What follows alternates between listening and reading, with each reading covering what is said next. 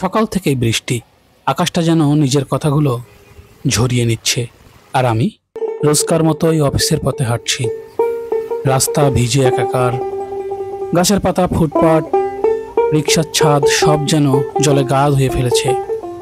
মানুষজনগুলো ব্যস্ত, ছাতা মাথায় চলছে যার যার গন্তব্যে।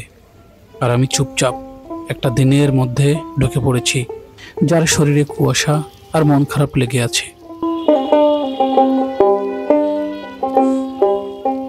বৃষ্টির গন্ধে মাটির সাথে মিশে যাচ্ছে হাজারো স্মৃতি। মনে পড়ে যাচ্ছে ছোটবেলার সেই বৃষ্টিতে কাদামাখা খেলাগুলো।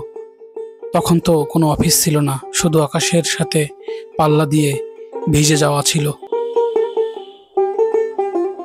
দিনের শেষে যখন ফিরে আসছি, সন্ধ্যা নেমে গেছে নগর জুড়ে। বাজারে ঢুকতেই দেখি চারিদিক কালো, কারেন্ট নেই। হুট করে সব আলো নিভে গেছে। দোকানগুলোর টিমটিমে আলোতে মানুষজন যেন ছায়া হয়ে গেছে। কেউ হারিকেন জ্বালাচ্ছে, কেউ বা আবার মোমবাতি।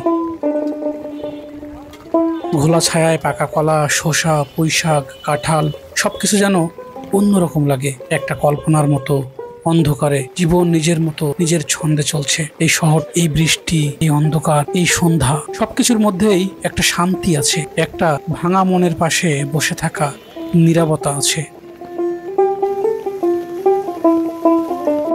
আলো থাকুক বা না থাকুক, জীবন ঠিকই এগিয়ে চলে।